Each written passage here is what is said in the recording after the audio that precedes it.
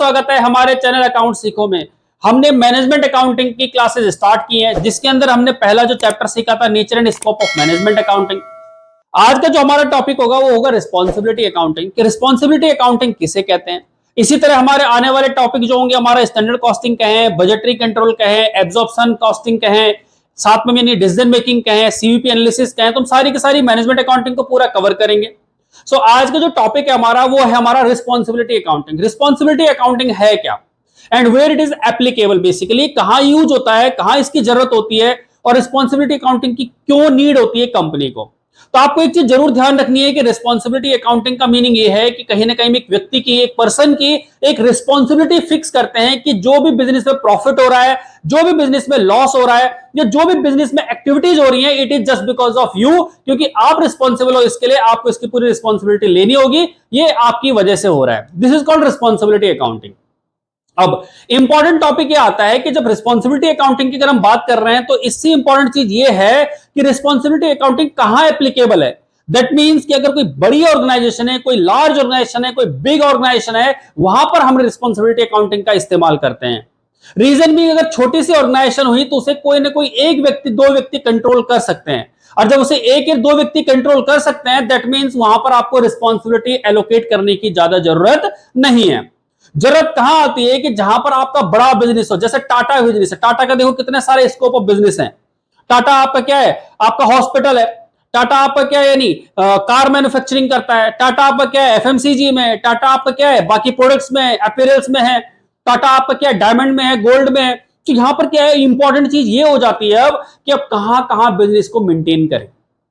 Clear बात। तो आपको क्या करना होगा कि जितनी डिविजन्स होंगी, जितनी भी बिजनेस में डिविजन्स होंगे, डिविजन्स को बांट दो और सब डिवीजन को एक एक काम दे दो कि आपका ये काम है, आप इस चीज के लिए रिस्पॉन्सिबल हैं।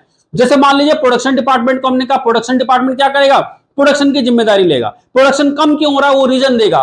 प्रोडक्शन कम क्यों हो रहा है, प्रोडक्शन में क्या क्या दिक्कतें आ रही हैं, उनको टाइमली क्यों नहीं सुधारा गया है, ये सारा का सारा काम किसका होगा, प्रोडक्शन डिपार्टमेंट का।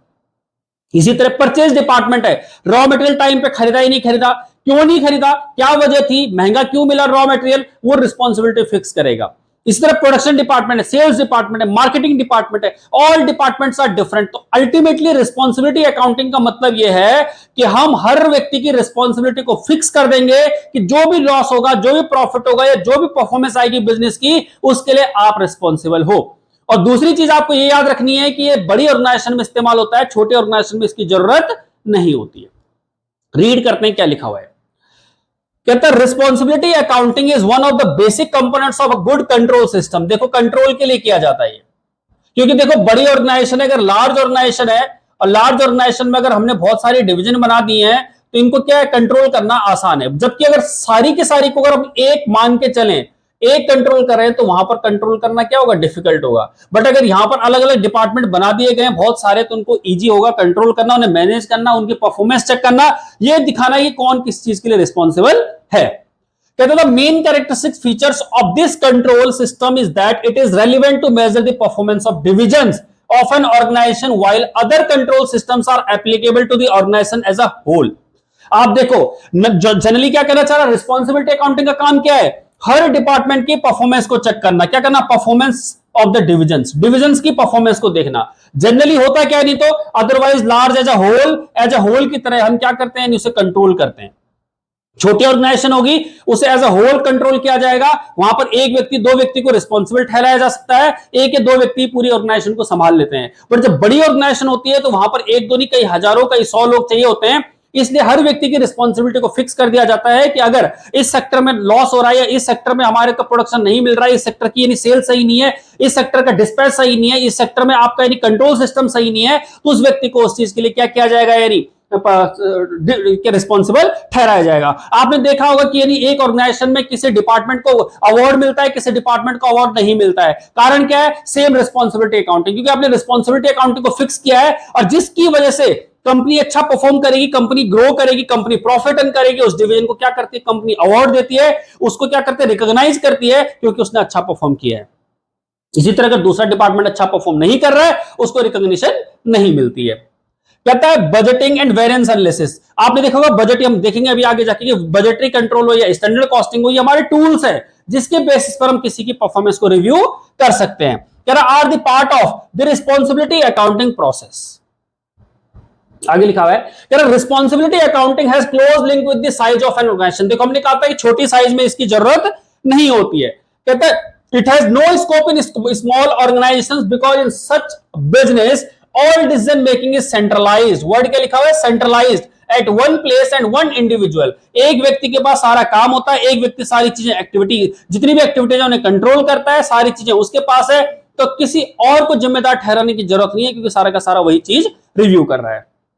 Companies grow in size, they tend to decentralize because decentralization for large and diversified companies। देखो एक तो लार्ज कंपनी, एक तो बहुत बड़ी कंपनी है और उसके अंदर भी डाइवर्सिफिकेशन हो। जैसे हमने कहा टाटा की बात करें, टाटा ऑलरेडी एक बहुत बड़ी कंपनी है, आईटीसी एक बहुत बड़ी कंपनी है, रिलायंस एक बहुत बड़ी कंपनी है और उसके अंदर भी बहुत सारे डिविजन्स हो।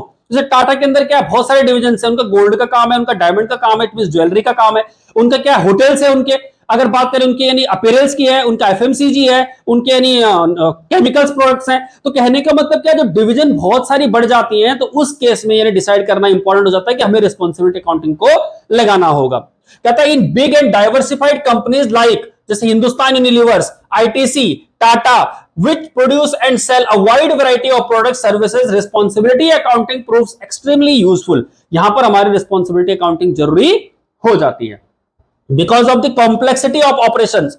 आपके ऑपरेशंस क्या है? कॉम्प्लेक्स है। कॉम्प्लेक्स क्यों? क्योंकि बहुत सारी लेयर्स हैं उसके अंदर। In such companies it is very difficult for the head to directly control the operations of all divisions of the business. क्योंकि हमें पता है एक प्रोसेस नहीं है, बहुत सारी प्रोसेस हैं, तो हर प्रोसेस को कंट्रोल करना वेरी डिफिकल्ट है। इसलिए हर प्रोसेस पे एक व्यक्ति को लगा दो, उसी की रिस्पॉन्सिबिलिटी हो जाएगी कि वही बताएगा कि इसकी परफॉर्मेंस अच्छी है या खराब है, हमारा टाइम पर प्रोडक्शन हो रहा है, टाइम पर डिस्पैच हो रहा है, हर चीज अगर टाइमली हो रही है दैट मीन सारा अच्छा परफॉर्म कर रहे हैं। अगर कहीं कोई इशू आ रहा है, एग्जांपल से समझाता हूं मैं आपको। मान लेते हैं कि हम कह रहे हैं कि प्रोडक्शन डिपार्टमेंट कह रहा है कि हम प्रोडक्शन इसलिए नहीं कर पा रहे हैं क्योंकि परचेज डिपार्टमेंट हमें क्या नहीं कर पा रहा है, timely goods raw material produce provide नहीं कर पा रहा है। अब बताइए, प्रोडक्शन डिपार्टमेंट तो कह रहा है कि हम प्रोडक्शन करना चाह रहे हैं, बट परचेज डिपार्टमेंट जो है टाइमली गुड्स प्रोड्यूस या गुड्स प्रोवाइड नहीं कर पा रहा है। और जब गुड्स प्रोवाइड नहीं कर पा रहा है, बिना रॉ मटेरियल के कैसे गुड्स प्रोड्यूस होगा? तो यहां पर रिस्पॉन्सिबिलिटी अकाउंटिंग का कॉन्सेप्ट आता है कि रिस्पॉन्सिबिलिटी किसकी ठहराई जाए, क्या परचेज डिपार्टमेंट की रिस्पॉन्सिबिलिटी है या प्रोडक्शन डिपार्टमेंट की रिस्पॉन्सिबिलिटी है। सेल्स डिपार्टमेंट कह रहा है कि हम गुड्स इसलिए नहीं बेच पा रहे हैं क्योंकि प्रोडक्शन डिपार्टमेंट हमें टाइमली फिनिश गुड्स प्रोवाइड नहीं कर रहा है। यहां पर कौन, जो प्रोडक्शन डिपार्टमेंट है वो कह रहा है कि हमें टाइमली रॉ मटेरियल नहीं मिल रहा है। अब यहां पर रिस्पॉन्सिबिलिटी अकाउंटिंग का कॉन्सेप्ट आ जाता है कि कौन रिस्पॉन्सिबल है कि जिसकी वजह से टाइमली सेल नहीं हो पाई है, जिसकी वजह से हम टाइमली सेल नहीं कर पाएंगे, टाइमली कलेक्शन नहीं होगा, कंपनी को कहीं ना कहीं फाइनेंशियली लॉस होगा। क्लियर है बात? आगे देखते हैं, कह रहा it is therefore appropriate to divide the company into separate self contained divisions and to allow all divisional managers to operate with great deal of independence। Take the case of ITC Limited which is in the business of cigarette, hotel, packaged foods, ये branded apparels, FMCG and information technology. देखो इतनी जगह काम है इनका, तो इनको क्या करना पड़ेगा, हर जगह एक व्यक्ति देखेगा तो very difficult to control it. इसलिए उन्होंने हर जगह क्या किया है, मान लेते हैं उन्होंने सिगरेट के लिए एक व्यक्ति रखा है, होटल के लिए, पैकेज फूड के लिए, अपीयरल के लिए, एफएमसीजी के लिए और इंफॉर्मेशन के लिए, तो 6 लोग तो यहां हो गए। अब उन्होंने क्या किया, जो होटल बिजनेस है, होटल एक जगह तो होगा नहीं, होटल तो कई पूरी इंडिया में है, इवन इंडिया से बाहर भी है, तो उन्होंने वहां पर भी क्या किया होगा, चेन बना रखी होगी। क्या बना रखी होगी? चेन बनाई होगी। तो ये चेन दैट इज कॉल्ड, यहां पर इसी को हम क्या कह रहे हैं, रिस्पॉन्सिबिलिटी अकाउंटिंग।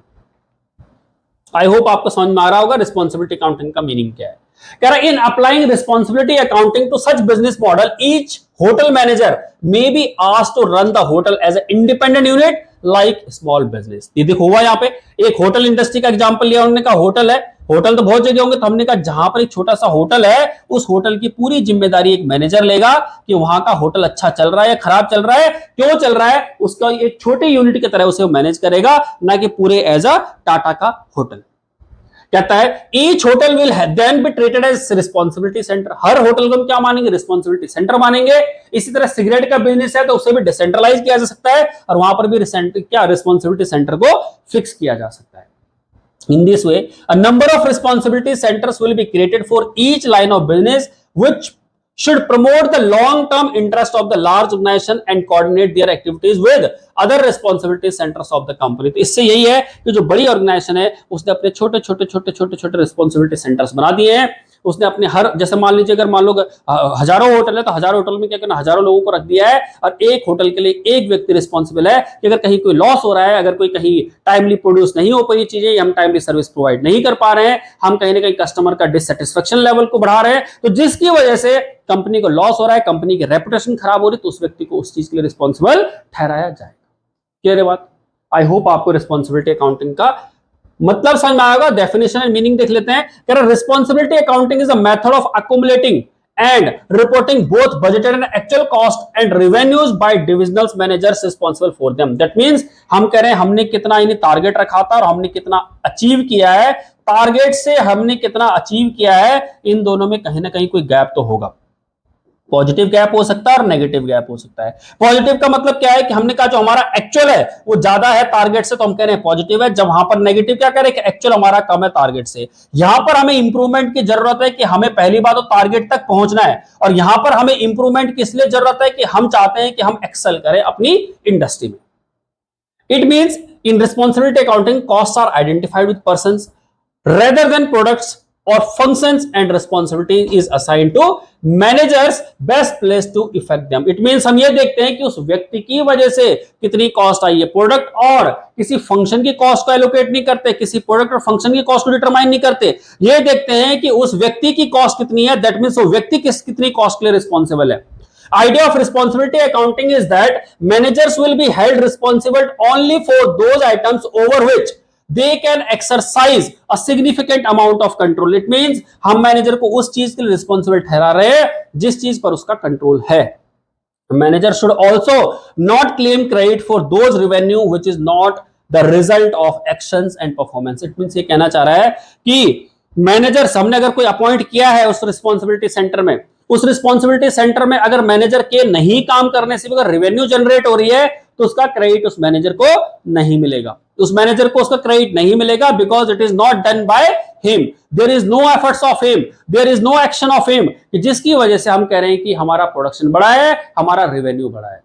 क्लियर है बात? तो जिस चीज के लिए वो कह रहा है कि अगर ऑटोमेटिकली इन्वायरमेंटल पॉलिसी की वजह से, गवर्नमेंट के इंटरवेंशन की वजह से अगर कुछ प्रोडक्ट बढ़ जाता है, कोई रेवेन्यू बढ़ जाता है, इसमें यानी उस व्यक्ति का कोई रोल नहीं है, हम उसका क्रेडिट उस व्यक्ति को नहीं देंगे।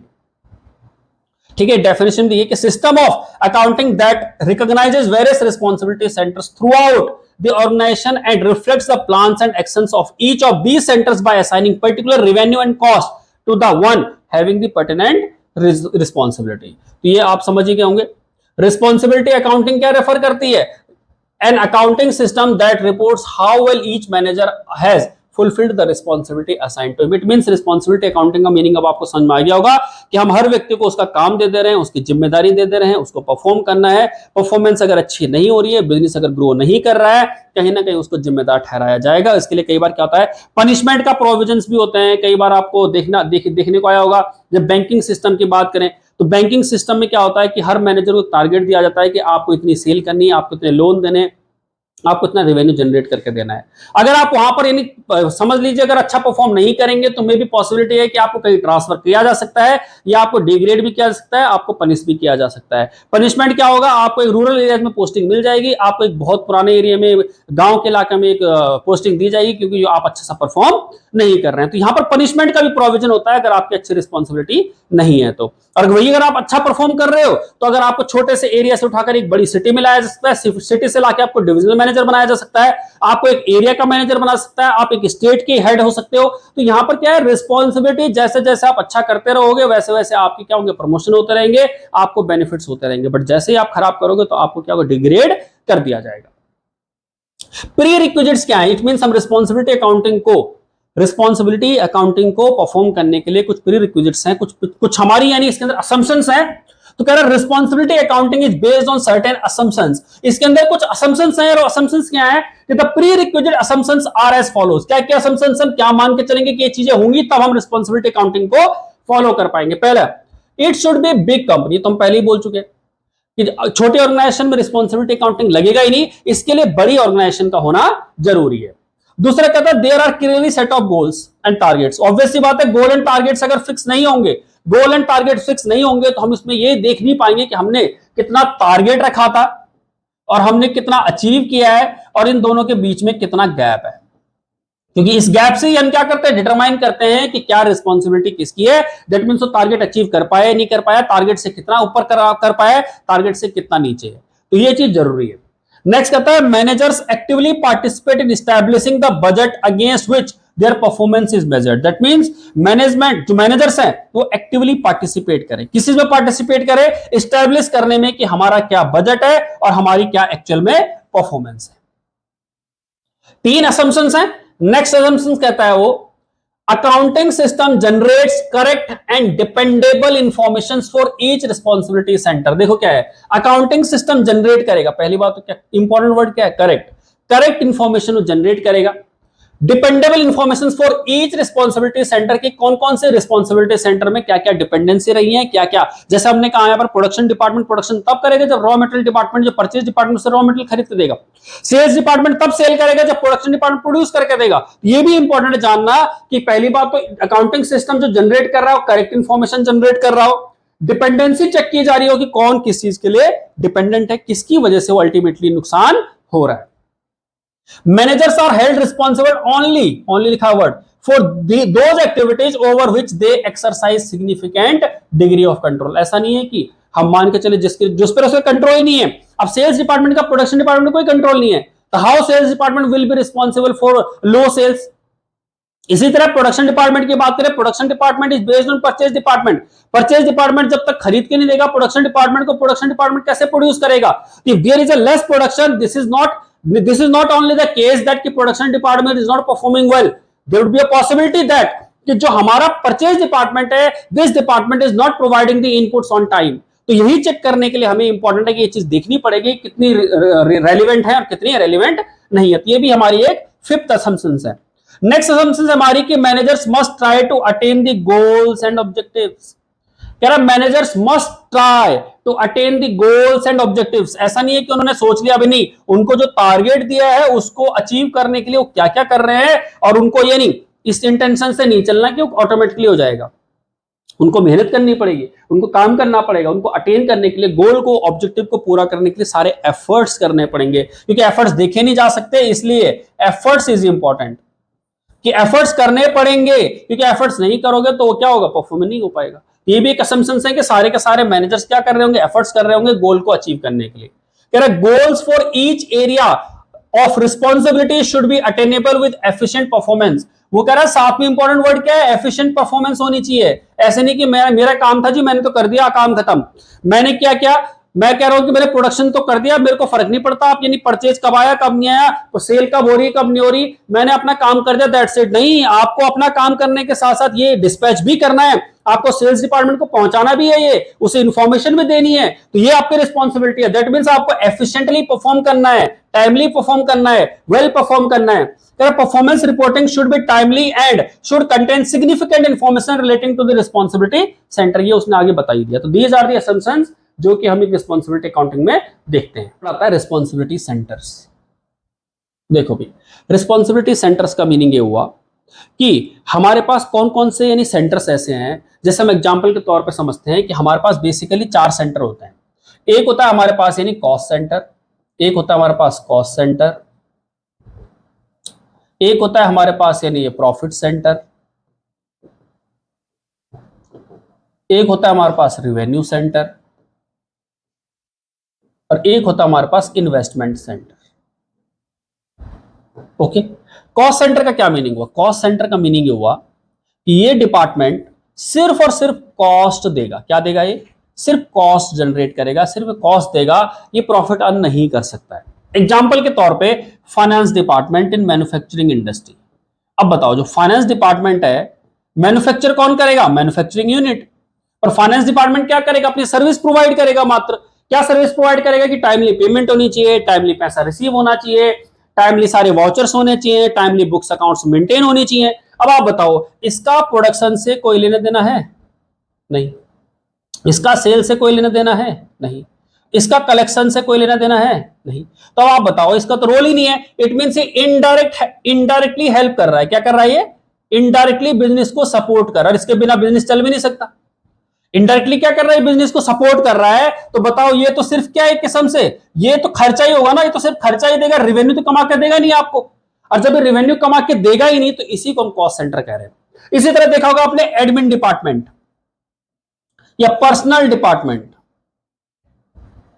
ये क्या करेगा? ये कोई प्रोडक्शन थोड़ी ना करेगा, इसका कोई काम ही नहीं है प्रोडक्शन करने का। मान लेते हैं मैन्युफैक्चरिंग यूनिट है, मान लेते हैं कोल सेक्टर है, कोयला निकल रहा है। अब जब कोयला निकल रहा है, एक्सट्रैक्शन हो रहा है कोयले का, तो कौन इसके लिए रिस्पॉन्सिबल है कोयला निकालने के लिए? Mining department.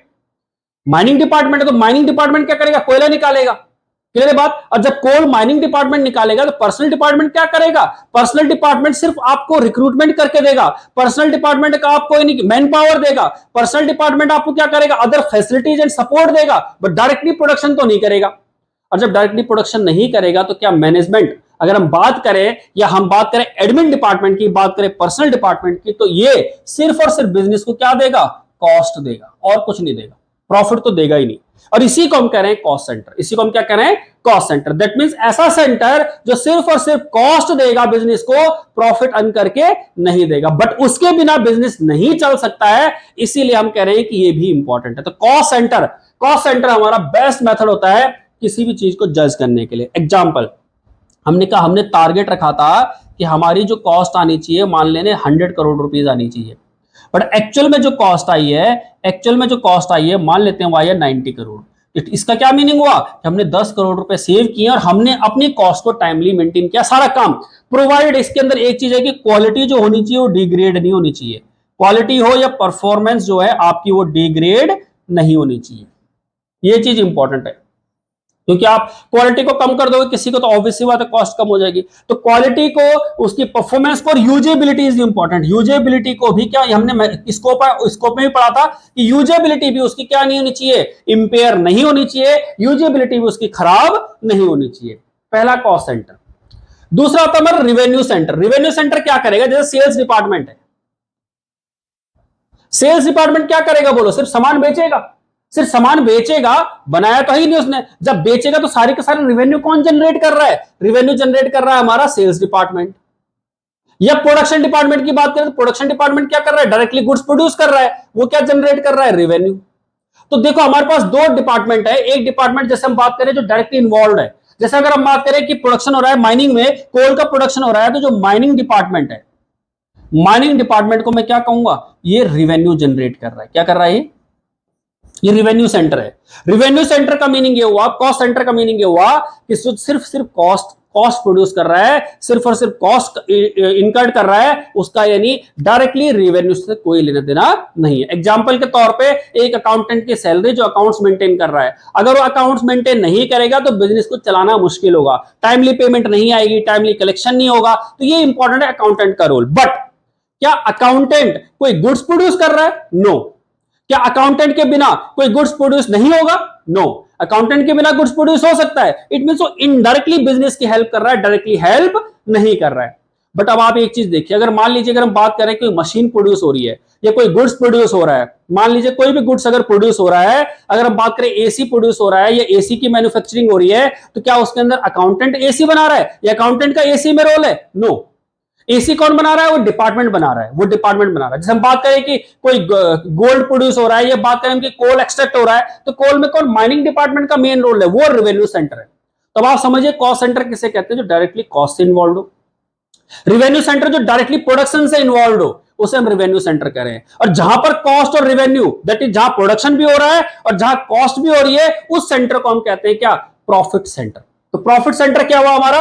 Profit centre is equal to जहां पर revenue centre plus cost centre दोनों मिल जाती हैं, उसे हम नाम दे रहे हैं प्रॉफिट सेंटर का। तो कॉस्ट सेंटर क्या हुआ? जहां सिर्फ कॉस्ट आ रही है। रेवेन्यू सेंटर क्या हुआ? जहां सिर्फ रेवेन्यू आ रहा है, दैट इज गुड्स और सर्विसेज प्रोड्यूस हो रही है। और प्रॉफिट सेंटर क्या हुआ? जहां पर कॉस्ट भी आ रही है और रेवेन्यू भी आ रही है। नेक्स्ट आता हमारा इन्वेस्टमेंट सेंटर। कह रहा है इन्वेस्टमेंट सेंटर वो सेंटर होता है जहां पर प्रॉफिट सेंटर तो होगा ही होगा, दैट इज जो कमा के देगा, प्लस साथ में वो इन्वेस्टमेंट भी करवाएगा। इन्वेस्टमेंट करवाएगा मींस कि जो भी हमारे पास पैसा होगा उसे इन्वेस्ट करना। अब इन्वेस्ट करना क्या मतलब हुआ? इन्वेस्ट कहां करना है? इन्वेस्टमेंट देखो हमारी day to day working capital की रिक्वायरमेंट होती है, डे टू डे हमें चाहिए, रिक्वायरमेंट चाहिए। जैसे मान लो मेंटेनेंस डिपार्टमेंट है, जैसे हम बात करें यानी ईएनएम डिपार्टमेंट है, जैसे बात करें रिपेयर डिपार्टमेंट जो रिपेयर करेगा, तो कहने का पॉइंट क्या है कि वर्किंग कैपिटल का मीनिंग ये हुआ है कि जो डे टू डे वर्किंग के लिए मुझे पैसा चाहिए वो ये मैनेज करेगा इन्वेस्टमेंट डिपार्टमेंट। हमें कोई फिक्स कैपिटल यानी फिक्स असेट्स में अगर पैसा लगाना है, फिक्स असेट्स में पैसा लगाना है, तो वो कौन डिसाइड करेगा? Investment department. हमें किसी बाहर पैसा इन्वेस्ट करना है, किसी और कंपनी में कितना रेट ऑफ रिटर्न होगा, वहां पर कितना हमारी इनकम होगी, वो डिसाइड करेगा इन्वेस्टमेंट डिपार्टमेंट। तो इन्वेस्टमेंट डिपार्टमेंट क्या होगा? जहां profit centre plus investment centre दोनों होते हैं, तो उसे हम कह रहे हैं इन्वेस्टमेंट सेंटर। क्लियर है बात? एक बार रीड कर लेते हैं क्या लिखा हुआ है। Basic idea of responsibility accounting is that large diversified organisation are difficult to manage as a single segment. ये तो हमें पहले ही पता है, लार्ज ऑर्गेनाइजेशन को एक सेगमेंट में कंट्रोल करना डिफिकल्ट है। दे मस्ट बी डिसेंट्रलाइज्ड और सेपरेटेड इनटू स्मॉलर और small manageable parts. The parts और segments are refer to as responsibility centre. इसी को हम क्या नाम दे रहे हैं? Responsibility centre. कह रहा है is a division, responsibility centre क्या है? Is a division of the organisation for which a manager is held responsible. कह रहा है segment of organisation where an individual manager is held responsible for its segment performance. Responsibility center is part or segment or subunit of an organization whose manager is accountable for a specified set of activities. Example दिया हुआ है, कहता है Responsibility center in a company running a chain of hotels may be one hotel whose manager will be accountable for its performance. A responsibility center is like a small business to achieve the objectives of large organization. For an organization to be successful, the activities of its responsibility center must be coordinated. And इसके अंदर मैं एक simple सा example देता हूं आपको। ये कहना चाह रहा है कि एक लार्ज ऑर्गेनाइजेशन है, एक बड़ा होटल की क्या है, जैसे मान ली आईटीसी है, यही हमारा टाटा है, ठीक है। अब आईटीसी के बहुत सारे होटल है, इंडिया में कई जगह होटल है, ठीक है। अब जब इंडिया में कई जगह होटल है तो इन सबको एक व्यक्ति के द्वारा मैनेज करना मुश्किल है, तो उन्होंने कहा इस होटल को यानी एक्स मैनेज करेगा। कौन मैनेज करेगा? एक्स मैनेज करेगा। इसी को हम कह रहे हैं रिस्पॉन्सिबिलिटी सेंटर। क्लियर बात? दूसरी चीज इसके अंदर क्या होता है कि एक दूसरे पे ब्लेम करना बड़ा आसान काम होता है, क्योंकि जैसे मैंने कहा कि परचेज डिपार्टमेंट क्या करेगा? जब तक रॉ मेटेरियल खरीद के नहीं देगा तब तक प्रोडक्शन डिपार्टमेंट क्या करेगा? प्रोडक्शन कर पाएगा? नहीं कर पाएगा। जब गुड्स प्रोड्यूस नहीं होंगे तो सेल्स डिपार्टमेंट क्या करेगा? सेल कर पाएगा? नहीं कर पाएगा। इट मींस ये एक दूसरे से लिंक्ड है। अब जैसे मान लो प्रोडक्शन कम हो रहा है तो क्या कहेगा? परचेज डिपार्टमेंट हमें रॉ मेटेरियल टाइम पे नहीं दे रहा। सेल अगर मान लो कम है तो क्या कहेगा? सेल डिपार्टमेंट की प्रोडक्शन डिपार्टमेंट हमें क्या कर रहा है? टाइम पे नहीं दे रहा। परचेज डिपार्टमेंट क्या कहेगा? जी मार्केट में तो भैया सामान ही नहीं मिल रहा, स्कैर्सिटी हो गई है रिसोर्स की, मार्केट में सामान नहीं मिल रहा, मैं कहां से खरीद के लाऊं? अगर लेके आऊंगा तो उसकी कॉस्ट मान लो 10 गुना होगी, 5 गुना होगी, 8 गुना होगी, तो वो ये कह रहा है कि भैया मैं इस चीज को बियर नहीं कर सकता, मेरे को इसके लिए टाइम चाहिए, मुझे मैनेजमेंट से बात करनी है, डिसीजन लेना है। इस डिसीजन में टाइम लगेगा तो प्रोडक्शन डिले होगा, सेल्स डिले होगी, एंड आगे जाके अल्टीमेटली कस्टमर हमारे कम होते रहेंगे। तो ये भी इंपॉर्टेंट है इसके अंदर। तो उसने क्या लिखा हुआ है? कह रहा है it should also be understood that the for creating responsibility centre it is not necessary that organization must be decentralized because of responsibility center can be found in both centralized and decentralized organization। तो ये आपको ये चीज ध्यान रखनी है। सो आज के सेशन में हमने देखा कि रिस्पॉन्सिबिलिटी अकाउंटिंग किसे कहते हैं, रिस्पॉन्सिबिलिटी सेंटर्स क्या होते हैं, क्यों हमें रिस्पॉन्सिबिलिटी अकाउंटिंग की जरूरत पड़ती है। तो हम आज के सेशन में ये देखते हैं। नेक्स्ट सेशन में बाकी रिस्पॉन्सिबिलिटी अकाउंटिंग का जो कवर होगा उसे पूरा करेंगे और कोशिश करेंगे कि नेक्स्ट सेशन में हम इसे कंप्लीट कर सकें, ठीक है। बाकी अगर आपको हमारी वीडियोस अच्छी लग रही हो, आपको अगर लग रहा हो कि इन वीडियो से आपको कुछ फायदा हो रहा है, आप सबसे रिक्वेस्ट है कि हमारे चैनल को सब्सक्राइब करें, वीडियोस को लाइक करें और शेयर जरूर करें, जिससे कि क्या होगा कि उस व्यक्ति तक, उस बच्चे तक, उस स्टूडेंट तक ये वीडियो पहुंच सके जिसको रियल में इसकी नीड है, और जो भी प्रिपरेशन कर रहा है just because of financial crisis, just because of some कुछ भी इशू हो सकता है फैमिली में, जरूरी नहीं हो फाइनेंशियली क्राइसिस हो, उसका हो सकता है हेल्थ इश्यू हो, ये किसी भी रीजन की वजह से अगर वो पढ़ाई नहीं कर पा रहा हो, ये पढ़ाई डिस्टर्ब हो रही हो, आप सबसे रिक्वेस्ट है कि प्लीज ये जो वीडियो है उस बच्चे तक जरूर पहुंचाएं जिससे कि उसको फायदा हो। Thank you so much.